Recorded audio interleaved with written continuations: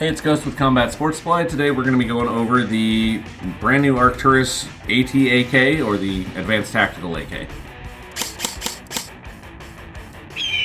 Alright, so what is this? Well, it's a modern AK mid-length variant, more of a carbine length. Now, these newer gen ones are their FE or feature enhanced versions. We'll get into the details of that when we get into the airsoft specs.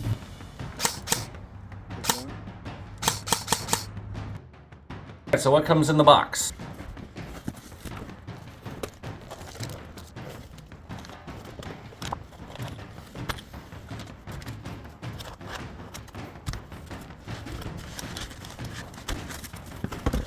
So what do we end up with? Well, you have a little bag of goodies that'll come with them. The important bit in these is this little adapter that's floating around in here in case you need to swap battery types. Otherwise, there's a magnet / sticker in here and a patch. Next, we have this card. This is somewhat unique to these newer guns with the FE stuff in them. This will be how you adjust them. A very basic user manual, which I'm glad they have. They have a more advanced one online. And then the other side of that is the factory specs of the rifle. A bit of a catalog for some of their more popular products. As far as the functional stuff that comes with it, you'll get a bag of Allen keys and a buffer tube cap should you choose to use it. The black muzzle brake in case you want to swap that out for milsim stuff. Your magazine, and of course, your rifle. Starting out, how's the build quality of this thing? Starting at the back end, we've got a nylon reinforced polymer and rubberized stock. It's actually really nice and comfortable. Pretty easy to get on and off. They made it very easy to pull on this. There's two ways to get into your battery storage. There's a tab on either side, this thing right here, that will pop the back end off. They're really stiff out of the box, but this is a lot easier. So this airsoft gun is Dean's out of the box. That's why you have the adapter in that bag we showed earlier.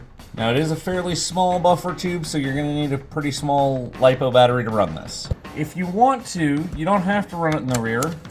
There is a disconnect here, so you can run your standard stick AK batteries if you already have one. Now these are neat because they do come with a folding stock attached to a Picatinny rail, so you can fold the stock over. Just be very careful of your wire in the back.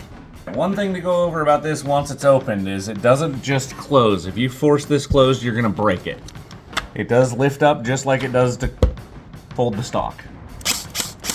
Now, this is an aluminum buffer tube. However, the rest of this is steel. A full steel receiver and dust cover. Even your bolt cover is steel on this. So you've got your polymer grip going down from the receiver, integral trigger guard, and mag release well. All of this is riveted in on steel rivets.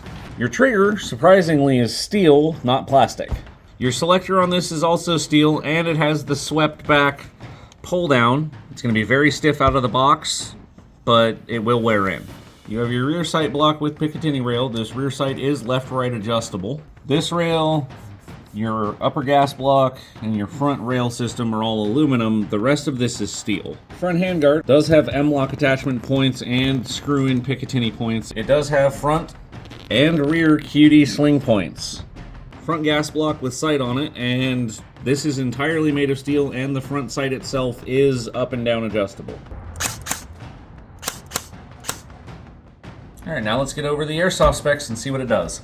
This does have a very nice rotary hop in it, which is relatively unusual for an AK. The factory spec sheet says this thing shoots about 400 FPS with 2s. I haven't had a chance to test it with anything else yet.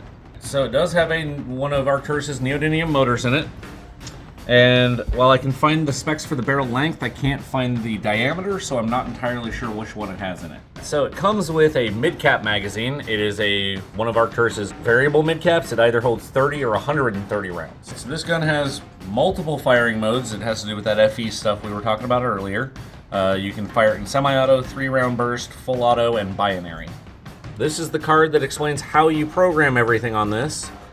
The one thing you didn't see in that is the other side, which just goes over the basics of how you get into each selection mode to program this gun.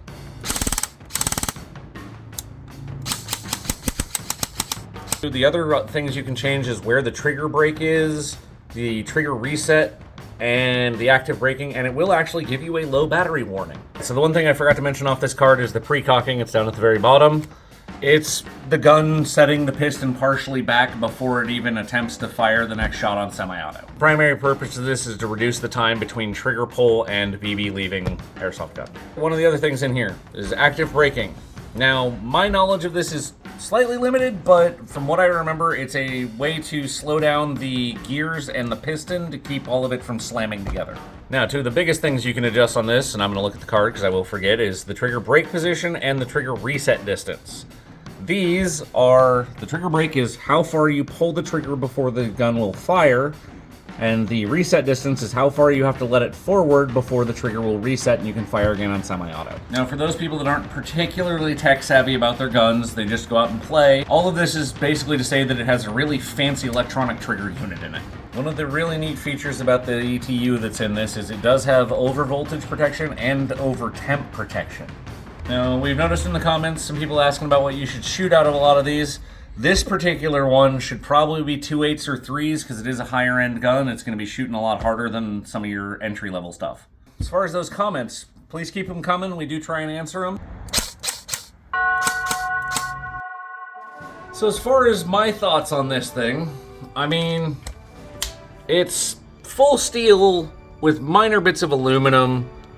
It's really, really well built. It's super comfy. And I think it's going to perform really well. I would love to get out and test it. If you've had any Arcturus before, you know their build quality is pretty solid. They rarely have issues. They generally outperform most stuff on the market. They're great guns. Don't be a fool!